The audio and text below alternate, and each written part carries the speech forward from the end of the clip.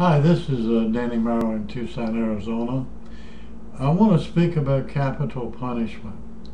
Recently, a man by the name of Troy Davis was executed in Texas for a crime of murder that he was convicted of.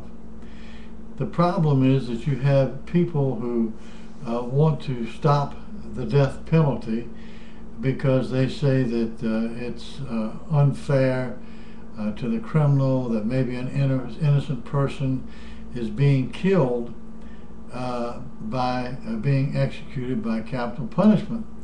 But what most of those bleeding hearts say, they hardly ever bring up the fact about the victim of the murder.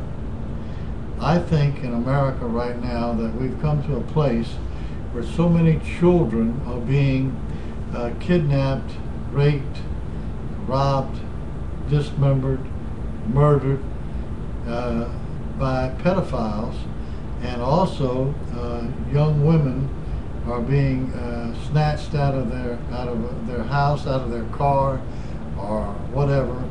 And the same thing is happening. They're dismembered and murdered and tortured and raped and on and on and on. My question is this: why feed a man in a prison and give him housing, weightlifting abilities, sports, etc., and the victim that he brutalized, murdered, dissected, raped, or whatever, male or female, and they're deceased, the family is torn apart, and we're feeding him every day, and he has everything great in prison, and he's got a 100-year or 200-year sentence. I think the time has come in the U.S. American culture that pedophiles should suffer the death penalty and serial killers should suffer the death penalty. What does the prison system learn from a pedophile who in the prison system, if he can get a picture of children, he's happy to continue his pedophilia by committing a sexual act such as masturbation, remembering the children that he raped, male or female, that he raped, that he tortured, that he dismembered, etc. And what can we gain by locking up a serial killer for 100 years so that he can relish on his 100 or so people that he's murdered? I think it's become very ridiculous, the housing of these serial killers and the housing of these pedophiles in a prison system. I think the time has come when the victims' families should begin to petition the United States Senate and the United States Congress that they, the people, want capital punishment for people that are practicing pedophilia and people that are practicing serial killing of innocent people all across the United States of America.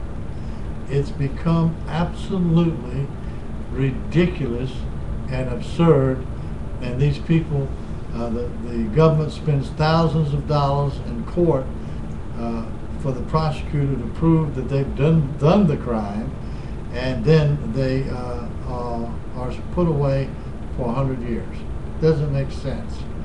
And another thing that I'd like to see happen is that a defense attorney who accuses a suspect